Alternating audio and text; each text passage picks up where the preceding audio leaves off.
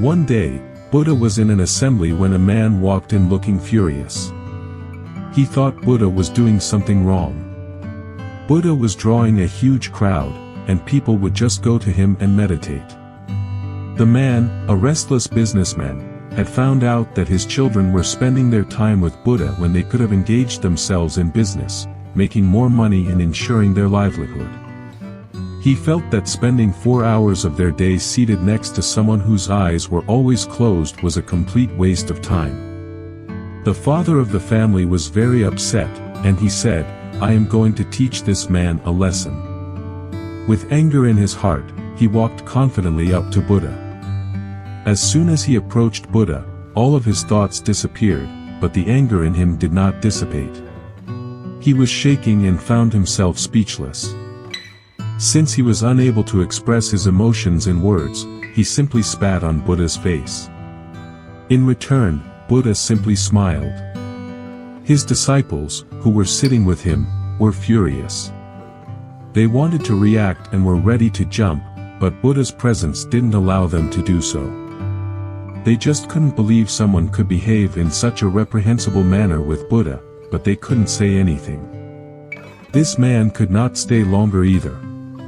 He noticed his action had not drawn any reaction from the people around him, and the Buddha had simply smiled in return. A few minutes later, he thought, "If I stay longer, I will burst. I will explode." So he walked away. Once he returned home, he couldn't erase the image of the smiling Buddha from his mind. For the first time in his life, he had met someone who had such an extraordinary reaction to such a disrespectful act. He could not sleep all night, and his whole body underwent a transformation. He was shivering, shaking. He felt as though his world had collapsed.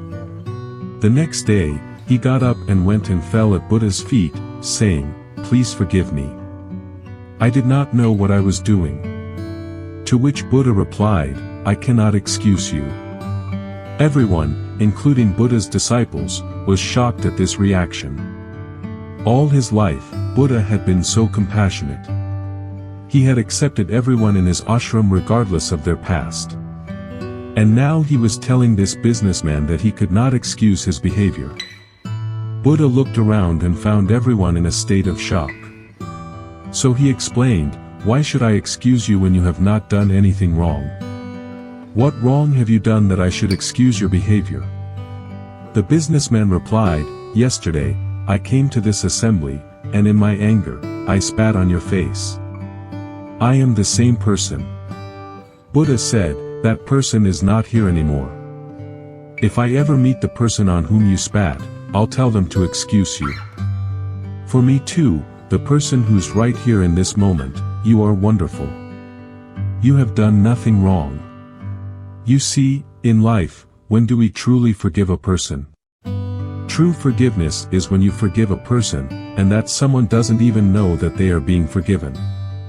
That person shouldn't feel guilty for their deed. This is the right kind of forgiveness. If you forgive someone and keep reminding them about their mistake and make them feel guilty all the time, then in truth, you've simply not forgiven them yet. Guilt itself should be enough punishment for a person. Thanks for watching this motivational story, and stay happy and blessed.